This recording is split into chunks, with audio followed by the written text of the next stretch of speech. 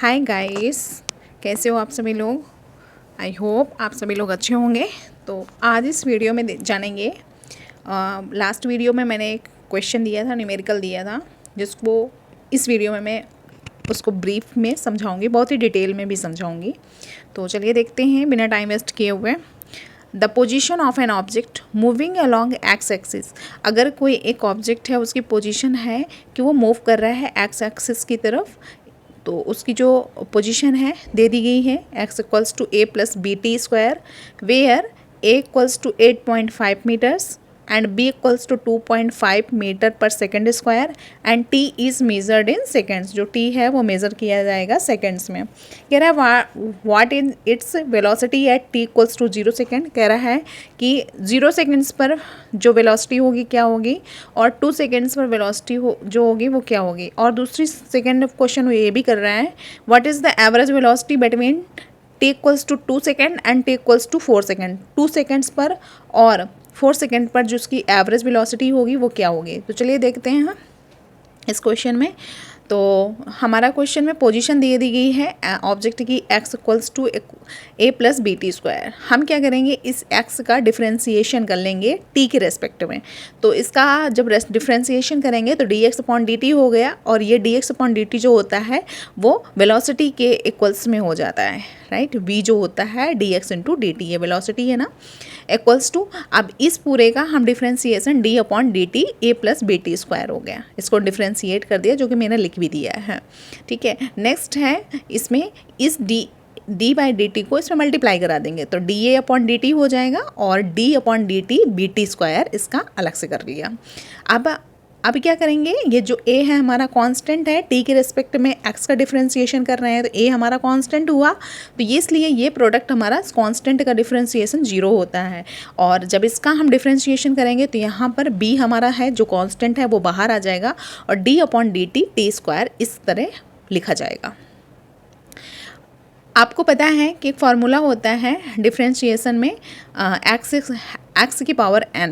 अगर x की power n का हम डिफरेंशिएशन करेंगे तो होता है n x की पावर n माइनस 1। सेम इसी तरह से t की पावर 2 का हमें t स्क्वायर का डिफरेंशिएशन करना है, इसलिए ये हो जाएगा 2t और पावर में 2 माइनस 1, इसलिए यहाँ से आ जाएगा b2t।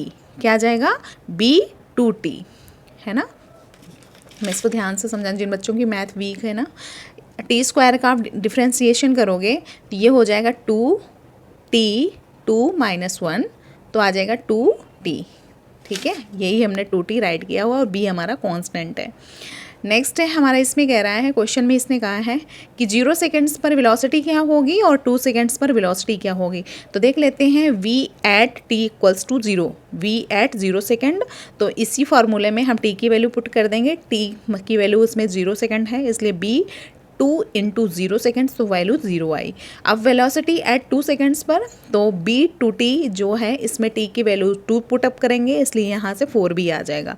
और a की वैल्यू और b की वैल्यू हमारे क्वेश्चन में दी गई है, जो कि क्वेश्चन में कितनी दी गई है, a की वैल्यू इतनी और b की वैल्यू इतनी। तो b की वैल्यू 2.5 है, इसलिए हमने 2.5 से 4 को मल्टीप्लाई कराने के बाद हमने देख लिया कि 10 मीटर पर सेकेंड हमारी वेलोसिटी आ गई 2 सेकेंड में। कितने सेकेंड में, 2 सेकेंड में। आप देखेंगे कि एवरेज वेलोसिटी पूछ रहा है, तो एवरेज वेलोसिटी में इसका फार्मूला होता है total displacement upon total time होता है। अब क्वेश्चन में आपको जो ऑब्जेक्ट की पोजीशन है x equals to a plus b t square दी गई है, तो हम निकालेंगे इसकी position x at 2 second, 2 second पर, और 4 सेकेंड पर हमसे क्या पूछा है, एवरेज वेलोसिटी। तो चलिए x at 2 second a plus b t square question में दिया गया है, इसकी पोजीशन a प्लस b और t की जगह कितना पुट करेंगे, 2 की वैल्यू, और स्क्वायर कर देंगे। इसको सॉल्व करेंगे a प्लस 4b, और क्वेश्चन में आपको दिया गया है a और b की वैल्यू, तो a की वैल्यू और b की वैल्यू पुट कर देंगे, तो आंसर हमें इतना मिल गया। x की यहाँ पर पोजीशन निकालेंगे, x equals to x at t equals to 4 second में, 4 सेकेंड में इसका कितना पोजीशन होगा, तो a प्लस b और 4 का स्क्वायर कर देंगे, t की वैल्यू 4 है ना, इसलिए और ए बी की वैल्यू पुट कर देंगे तो इतना आ गया। अब देखेंगे एवरेज वेलोसिटी होता है x2 minus x1 upon t2 minus t1। तो x2 हमारा कितना हो गया, t equals to 4 second, x1 कितना हो गया, t equals to 2 second, t2 minus t1। तो यहाँ पर x2 की वैल्यू मतलब t at 4 second, x at 4 second और x एट 2 सेकेंड पर जो वैल्यू आई हैं इनको पुट कर देंगे। पुट करने के बाद में t2 माइनस t1 मतलब 4 माइनस t2 से डिवाइड कर देंगे तो यहाँ से 15 मीटर पर सेकेंड आंसर आ जाएगा। तो ये हो गया हमारा उस न्यूमेरिकल के आंसर हो गए। क्लियर। अब देखेंगे uniform motion in a straight line. कह रहा है स्ट्रेट लाइन में यूनिफॉर्म मोशन क्या होता है, तो चलिए देखते हैं। An object is said to be in uniform motion. एक ऑब्जेक्ट को हम यूनिफॉर्म मोशन में तब कहेंगे जब इट्स कवर्स इक्वल डिस्टेंस, जब वो इक्वल डिस्टेंस कवर करता हो in equal intervals of time में, इक्वल इंटरवल्स ऑफ टाइम्स में वो इक्वल डिस्टेंस कवर करता हो। How ever small these intervals में भी, जहाँ चाहे उनके जो टाइम इंटरवल्स हैं वो बहुत ही छोटे क्यों ना हो, लेकिन अगर वो इंटरवल्स बहुत ही छोटे हैं तब भी उनको हम कंसीडर करेंगे, उनको हम ड्रॉप आउट नहीं करेंगे। In the same fixed direction, उसी सेम फिक्स्ड डायरेक्शंस में। क्लियर। चलो कुछ इंपॉर्टेंट पॉइंट्स देख लेते हैं। Some important features of uniform motion. Uniform motions के कुछ इंपॉर्टेंट फीचर्स हैं जिनको हम देख लेते हैं। तो फर्स्ट है हमारा ये velocity uniform motion does not depends on the choice of origin. जो हमारा यूनिफॉर्म मोशन है उसकी जो वेलोसिटी है वो मोशन के ओरिजिन की चॉइस पर डिपेंड नहीं करती है कि वो उसकी ओरिजिन क्या है, उसकी ओरिजिन क्या है। ठीक है। जो यूनिफॉर्म मोशन की जो वेलोसिटी है वो ओरिजिन की चॉइस पर डिपेंड नहीं करती है। नेक्स्ट है हमारा the velocity of uniform motion does not depend on the choice of the time intervals. जो यूनिफॉर्म मोशन होता है उसकी जो वेलोसिटी होती है उस पर भी डिपेंड नहीं करती, किस पर, टाइम इंटरवल्स के टाइम चॉइस पर भी डिपेंड नहीं करती कि t2 माइनस t1 कितना आया। टाइम इंटरवल्स तो यही होता है ना, t2 माइनस t1, इस पर भी डिपेंड नहीं करती है। For uniform motion along a straight line in the same direction, कह रहा है उसी डायरेक्शन में, सेम डायरेक्शन में along a straight line जो हमारा यूनिफॉर्म मोशन होगा उसका जो magnitude of the displacement is equal to the actual distance covered by the object. कह रहा है कि जो डिस्प्लेसमेंट का मैग्नीट्यूड होगा वो इक्वल होगा किसके, टू द एक्चुअल डिस्टेंस के। एक्चुअल डिस्टेंस मतलब उसकी एक्चुअल डिस्टेंस क्या है, एक्चुअल डिस्टेंस कवर कितनी की गई है बाय द ऑब्जेक्ट। कह रहा है जो डिस्प्लेसमेंट का मैग्नीट्यूड होगा यूनिफॉर्म मोशन में वो एक्चुअल डिस्टेंस कवर्ड के बराबर होगा। अगर हम देख लेते हैं कि ये कोई एक ऑब्जेक्ट है जो कि मूव कर रहा है एक स्ट्रेट लाइन में, यूनिफॉर्म मोशन है, और इसका जो इनिशियल पॉइंट है, सॉरी मुझे नहीं पता था कि आप लोगों को नहीं दिख रहा है, चलिए देख लेते हैं। मैं फिर से इसको समझा दूँ क्या। कह रहा है for uniform motion along A straight line, कोई एक ऑब्जेक्ट है जो कि इस डायरेक्शन में मोशन कर रहा है एक स्ट्रेट लाइन में, और तो इसका जो मैग्नीट्यूड ऑफ द डिस्प्लेसमेंट होगा, जो इसका डिस्प्लेसमेंट का मैग्नीट्यूड होगा वो इक्वल होगा किसके, actual distance covered by the object. जितने इसने एक्चुअल में डिस्टेंस कवर्ड की होगी ना इस ऑब्जेक्ट ने, उसका जो डिस्टेंस होगा, एक्चुअल डिस्टेंस, वो किसके इक्वल होगा, डिस्प्लेसमेंट के मैग्नीट्यूड के इक्वल होगा। ठीक है। जैसे अगर इसका डिस्प्लेसमेंट का मैग्नीट्यूड 3 आया तो इसका जो एक्चुअल डिस्टेंस कवर्ड है वो भी 3 आएगा, दोनों ही 3 आएंगे। क्लियर। तो डिस्टेंस और डिस्प्लेसमेंट का जो मैग्नीट्यूड है, अगर डिस्टेंस 3 है तो डिस्प्लेसमेंट भी 3 होगा, इसका ये मतलब है। क्लियर। और ये इसका इनिशियल है, ये इसका फाइनल है। आई होप ये सारी चीज़ें समझ आ रही होंगी। नेक्स्ट है इसमें कि द वेलोसिटी पॉजिटिव, वेलोसिटी हमारी पॉजिटिव होगी यदि object is moving towards the right of the origin. हमारी वेलोसिटी तब पॉजिटिव होगी जब ऑब्जेक्ट हमारा ओरिजिन की राइट डायरेक्शन में मूव कर रहा है। ठीक है। और नेगेटिव तब होगा जब ऑब्जेक्ट हमारा लेफ्ट के टूवर्ड्स ओरिजिन के, जैसे कि मैं इसको एग्जांपल में बता दूं, जैसे ये हमारा कोऑर्डिनेट्स है, ये ओरिजिन पॉइंट है, अब ये राइट साइड है, राइट डायरेक्शन है। अगर इस साइड ये मूव करेगा तो जो वेलोसिटी होगी वो हमारी पॉजिटिव होगी।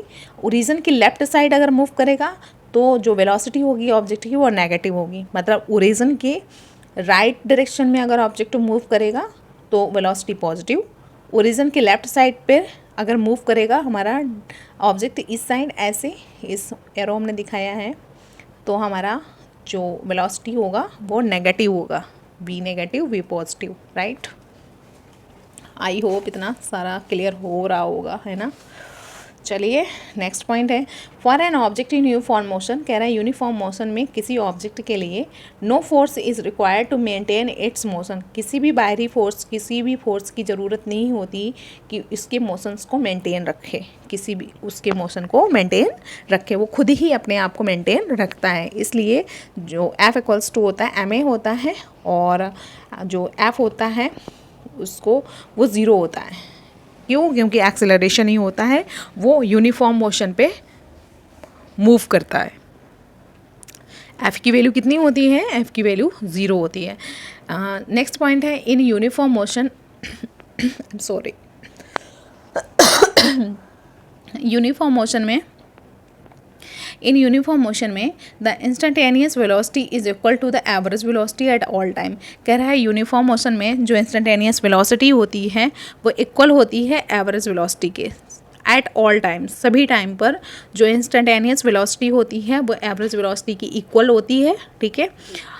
और ये सारे पॉइंट्स हैं, ये सारे यूनिफॉर्म मोशंस के फीचर्स हैं जो आपको रिमेंबर रखना है, right.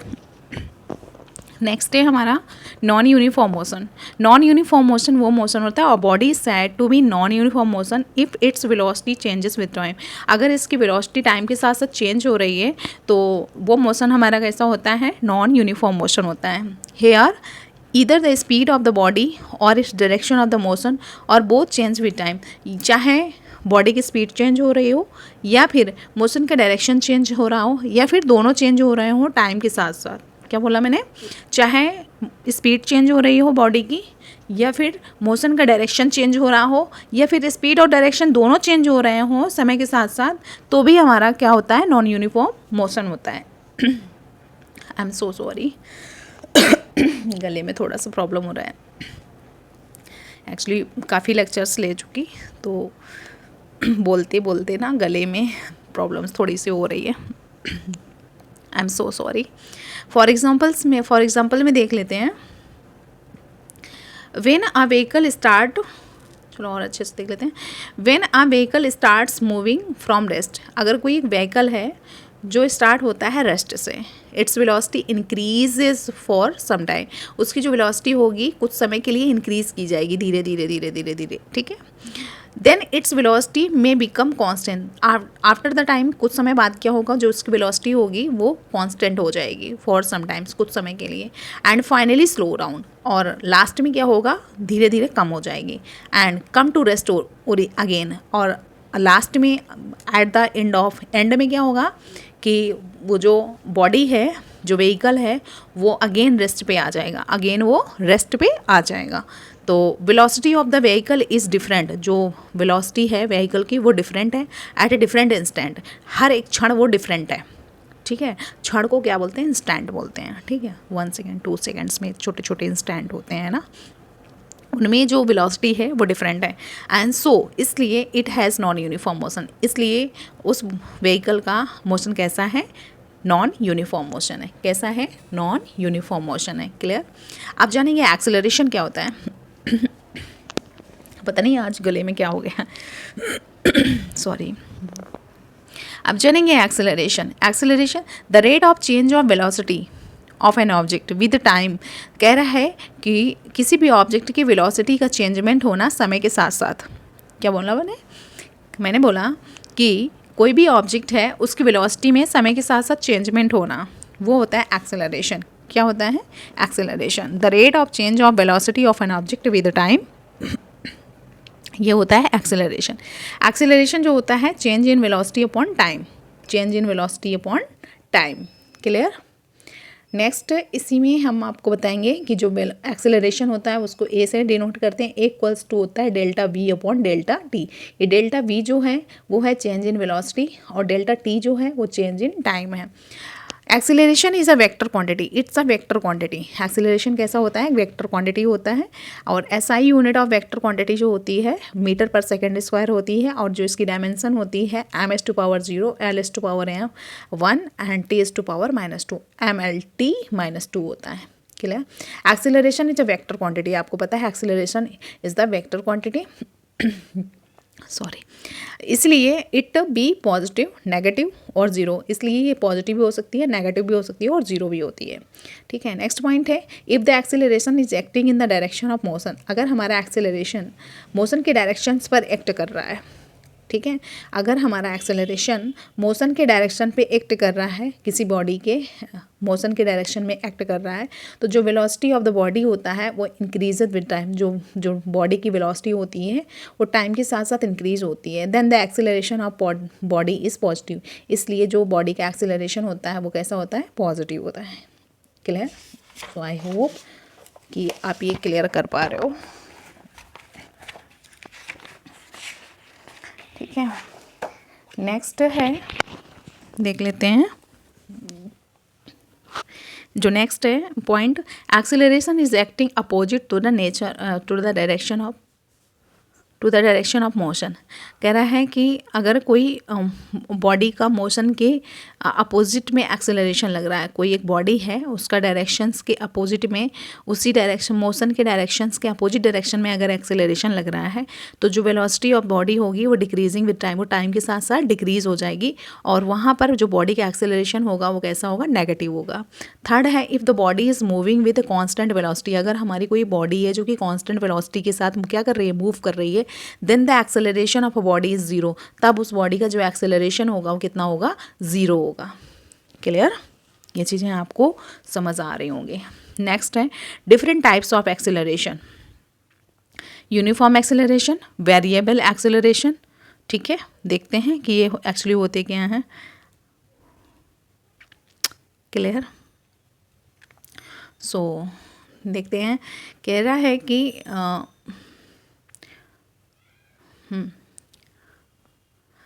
Uniform acceleration if its velocity changes y equal amounts in equal intervals of time. कह रहा है कि अगर इसकी वेलोसिटी, किसी भी बॉडी है उसकी वेलोसिटी अगर इक्वल अमाउंट्स चेंज हो रही है in equal intervals of time में, इक्वल इंटरवल्स ऑफ टाइम में equal amount of velocity change हो रही है, तो मतलब जितनी वेलोसिटी चेंज हो रही है उतना ही टाइम चेंज होगा। 3 वेलोसिटी चेंज हुई तो टाइम भी 3 चेंज हुआ हो। ठीक है। तो if its velocity changes y equal amount in equal intervals of time, तो उसको बोलते हैं यूनिफॉर्म मोशन। क्या बोलते हैं, यूनिफॉर्म मोशन बोलते हैं। नॉन यूनिफॉर्म मोशन में है, if its velocity changes by in unequal amounts, अगर उसकी वेलोसिटी चेंज हो रही है अनइक्वल अमाउंट में in equal intervals of time में, तो उसको बोलते हैं वेरिएबल एक्सेलरेशन। क्या बोलते हैं, वेरिएबल एक्सेलरेशन बोलते हैं। ठीक है। क्या बोला, फिर से समझ लीजिए कि जो वेलोसिटी है वो चेंज हो रही है unequal amounts in equal intervals of time में, इक्वल इंटरवल्स ऑफ टाइम में unequal amount of velocity change हो रही है, तो उसको क्या बोलते हैं, वेरिएबल एक्सेलरेशन। क्या बोलते हैं, वेरिएबल एक्सेलरेशन बोलते हैं। नेक्स्ट है हमारा एवरेज एक्सेलरेशन। ये वेलोसिटी नहीं है, ये एक्सेलरेशन है। ठीक है।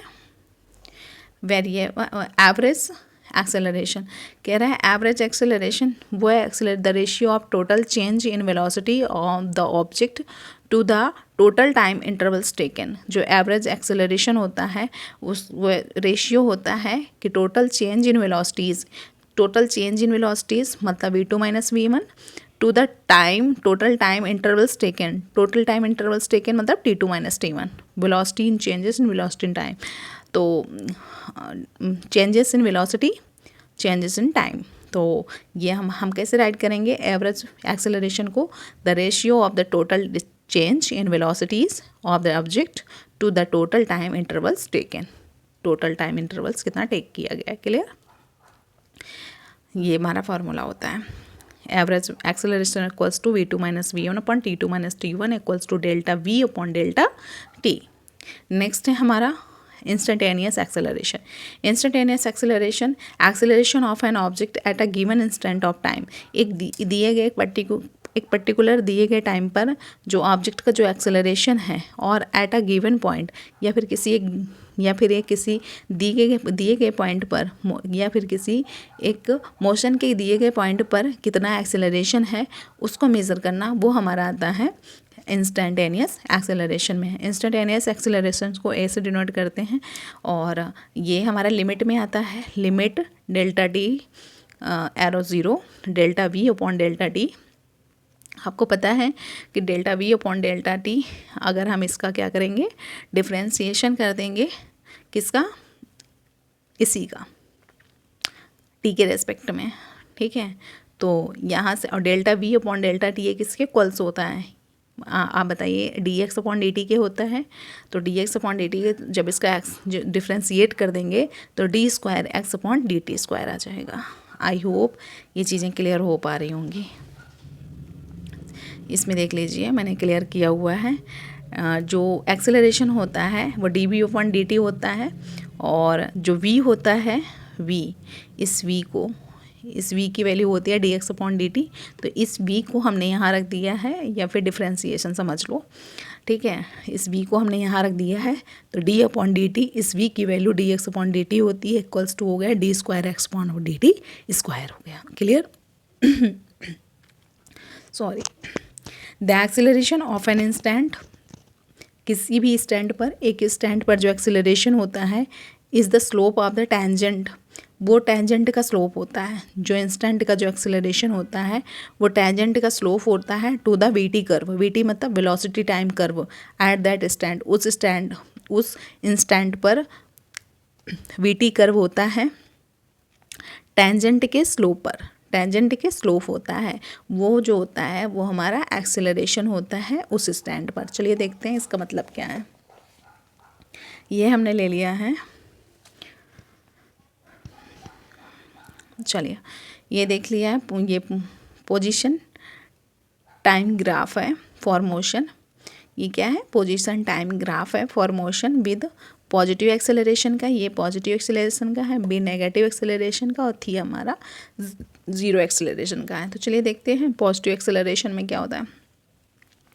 पॉजिटिव एक्सेलरेशन में आप देख पा रहे हो कि टाइम के साथ साथ हमारी चीज़ें, टाइम के साथ साथ हमारी जो पोजीशन है वो भी चेंज हो रही है, टाइम भी चेंज हो रहा है, पोजीशन भी चेंज हो रही है और सेम डायरेक्शन में चेंज हो रहे हैं, इसलिए हमारा ये कैसा है, पॉजिटिव एक्सेलरेशन है। सेकंड है हमारा नेगेटिव एक्सेलरेशन। नेगेटिव एक्सेलरेशन में क्या है कि जो हमारा टाइम है वो टाइम हमारा इंक्रीज़ हो रहा है लेकिन जो पोजीशन है वो घट रही है, ग्राफ से यही पता चल रहा है, तो नेगेटिव एक्सेलरेशन है। थर्ड में क्या है, आप देख पा रहे हैं कि एक यूनिफॉर्म वेलोसिटी से हमारा जो ऑब्जेक्ट है मूव कर रहा है, इसलिए यूनिफॉर्म वेलोसिटी में क्या होगा कि यहाँ पर कोई चेंजमेंट नहीं है, क्या नहीं है, चेंजमेंट नहीं है। यूनिफॉर्म वेलोसिटी से मूव कर रहा है तो इसके पोजीशन में चेंजमेंट नहीं है, इसलिए यहाँ पर एक्सेलरेशन कितना हुआ, ज़ीरो हुआ। क्लियर? आई होप ये सारी चीज़ें आप देख पा रहे होगे, ठीक है। इसमें मैं इस पॉइंट से मैं आपको एक चीज़ और क्लियर करूँगी कि एक ऑब्जेक्ट जो है वो मूव कर रहा है एक पॉजिटिव डायरेक्शन में, मान लेते हैं पॉजिटिव डायरेक्शन में मूव कर रहा है कोई object with a positive acceleration, एक पॉजिटिव एक्सेलरेशन से, ठीक है। और इस फिगर से पता चलता है कि कोई एक ऑब्जेक्ट है जो कि मूव कर रहा है पॉजिटिव डायरेक्शन में with a negative acceleration, with a negative acceleration, मतलब इसको जो वेलोसिटी है वो कम हो रही है, टाइम के साथ साथ इसकी वेलोसिटी कैसी हो रही है, कम हो रही है। यहाँ पर जैसे जैसे टाइम बढ़ रहा है वैसे वैसे इसका टाइम ये है, वेलोसिटी ये है, तो टाइम मान लीजिए यहाँ पर ये है तो वेलोसिटी ये है। अभी अब यहाँ पर टाइम बढ़ा तो वेलोसिटी भी बढ़ी, यहाँ पर टाइम बढ़ा तो यहाँ पर पॉजिटिव एक्सेलरेशन है। यहाँ पर क्या है, टाइम छोटा है, वेलोसिटी बहुत है, टाइम और बढ़ा, वेलोसिटी और कम हुई, टाइम और बढ़ा, वेलोसिटी और कम हुई, तो यहाँ पर वेलोसिटी कम हो रही है, इसलिए यहाँ पर कैसा है, नेगेटिव एक्सेलरेशन है, ठीक है। नेक्स्ट है हमारा कि एक ऑब्जेक्ट है जो कि नेगेटिव डायरेक्शन में मूव कर रहा है, आपको दिख रहा है नेगेटिव डायरेक्शन में मूव कर रहा है विद नेगेटिव एक्सेलरेशन। कैसे कि हमारा टाइम बढ़ रहा है लेकिन जो इसकी वेलोसिटी है वो कम हो रही है, दिख रहे हैं, वेलोसिटी क्या हो रही है, कम हो रही है। आप देख पा रहे हैं कि वेलोसिटी कम हो रही है, क्योंकि ये नेगेटिव डायरेक्शन है, ये पॉजिटिव डायरेक्शन है, ये नेगेटिव डायरेक्शन है। तो टाइम बढ़ रहा है लेकिन इसकी वेलोसिटी और कम होती जा रही है, क्योंकि ये नेगेटिव डायरेक्शन है इसलिए। सॉरी नहीं दिख रहा होगा। चलिए थर्ड हम देख लेते हैं। An object is moving in negative direction, कोई भी ऑब्जेक्ट एक नेगेटिव डायरेक्शन में मूव कर रहा है with negative acceleration. With negative मतलब अगर इसका टाइम पीरियड ये है तो इसकी वेलोसिटी यहाँ पर है, लेकिन अगर टाइम पीरियड और बढ़ा दिया तो इसकी वेलोसिटी और कम हो गई। अगर इसकी टाइम पीरियड और बढ़ा दिया तो इसकी वेलोसिटी और कम हो गई। तो ये हम कह सकते हैं कि ऑब्जेक्ट जो है वो मूव कर रहा है नेगेटिव डायरेक्शन में with negative acceleration. Fourth number में देख लेते हैं। An object is moving in positive direction, कोई भी ऑब्जेक्ट हमारा एक पॉजिटिव डायरेक्शन में मूव कर रहा है। यस, टिल टाइम t1, इस टाइम तक, कितने टाइम तक, इस टाइम तक, टिल टाइम t1 तक ये पॉजिटिव डायरेक्शन में एक ऑब्जेक्ट मूव कर रहा है। And then turns back with the same negative acceleration, कह रहा है कि इसके बाद में टर्न बैक होता है विद द सेम एक्सेलरेशन के साथ, नेगेटिव एक्सेलरेशन। कैसे, नेगेटिव एक्सेलरेशन के साथ। तो यहाँ तक आप देख पा रहे हो कि ये नेगेटिव एक्सेलरेशन हुआ। कैसे हुआ, आपको देख पा रहे हो यहाँ तक भी इन्होंने नेगेटिव एक्सेलरेशन किया, यहाँ पर भी इन्होंने नेगेटिव एक्सेलरेशन किया। तो इस फोर्थ ग्राफ में आप देख पा रहे हो कि एक ऑब्जेक्ट है जो कि पॉजिटिव डायरेक्शन में मूव कर रहा है t1 सेकेंड तक, फिर इसके बाद फिर भी वो टर्न बैक हुआ विद सेम नेगेटिव एक्सेलरेशन के साथ में। तो और ये जो हमारे ग्राफ हैं, ये ABCD, ये जो ग्राफ हैं इनके हमने पॉइंट्स यहाँ पर लिख दिए हैं बहुत ही क्लियर वे पे। आई होप ये सारी चीज़ें क्लियर हो पा रही होंगी। An object is moving in a positive direction with positive acceleration, first का है। An object is moving in positive direction with a negative acceleration. An object is moving in negative direction with negative acceleration. An object is moving in positive direction till time t1 and then turns back with the same negative acceleration. तो I hope ये सारी चीज़ें clear हो पा रही होंगी, right. सो अगर session समझ आ रहा है तो प्लीज़ लाइक करें, सब्सक्राइब करें एंड शेयर करें। एक चीज़ मैं यहाँ पर एक चीज़ और बता दूँ कि थोड़ा सा बचा है, प्लीज़ देख लीजिए। नोट है, कह रहा है कि जो पोजीशन टाइम ग्राफ है और वेलोसिटी टाइम ग्राफ है, एक्सेलरेशन टाइम ग्राफ है, ये दिखा रहे हैं कि सेवरल फिगर्स में, बहुत सारे फिगर्स में इस चैप्टर में हैविंग शार्प किंग्स, अचानक से झुकाव आ जाना, अचानक से ब्रेक और एट सम पॉइंट्स किसी भी implying that the function are not differentiable at these points. कह रहा है कि बहुत सारे ग्राफ्स आप देखेंगे कि यहाँ पर हमने एक वर्ड लिखा है किंग्स। इस किंग्स का मतलब होता है अचानक से कोई बॉडी मूव करिए और वो तुरंत स्टॉप हो जाए, फिर से मूव करने लगे। तो ये थ्योरेटिकल में ऐसा होता है, ऐसा ब्रेक किसी प्रैक्टिकल लाइफ में नहीं आता है, ठीक है। थ्योरी में ऐसा हमने केस बताया है, ये बुक्स में है, और प्रैक्टिकल लाइफ में ऐसा नहीं आता है कि कोई भी चीज़ें अचानक स्टैंड हो जाएँ, ठीक है। स्टैंड होने के लिए कुछ ना कुछ वो कुछ दूर तक मोशन करेंगी, है ना। तो ऐसा एक केस नहीं आता है, ये चीज़ आप, इसलिए हमने इसको क्रॉस से शो किया है। ये पोजीशन टाइम ग्राफ है, ठीक है। X for position, T for time graph है। ये जो हमने ब्रेक लिया हुआ है, गैप लिया हुआ है, ये किंग्स है, ठीक है। जहाँ पर हमने लिखा हुआ है कि in this chapter have sharp kinks in at some points implying that the function are not differentiable at this points in any realistic situation में ऐसा नहीं होता है। The function will be differentiable at all points, जो function होंगे सभी points पर differentiable होंगे। And graphs will be smooth, और जो ग्राफ होगा वो स्मूथ होगा। स्मूथ का ये मतलब है कि ग्राफ हमारा ऐसा होगा, ये x है, ये t है, क्लियर। तो जो हमारा ग्राफ होगा वो ऐसा होगा, स्मूथ। ऐसा नहीं है कि ग्राफ हमारा ऐसा हो जाए, ऐसा नहीं होगा, ये हमारा डिफरेंशिएबल नहीं है। वही चीज़ हमने बताई है। सो आई होप ये सारी चीज़ें समझ आई होंगी। सो प्लीज़ अगर समझ आई हैं तो सेशन को लाइक करें, सब्सक्राइब करें एंड शेयर करें। कमेंट बॉक्स में कमेंट करें अगर कोई क्वेरी हो, कोई डाउट हो तो।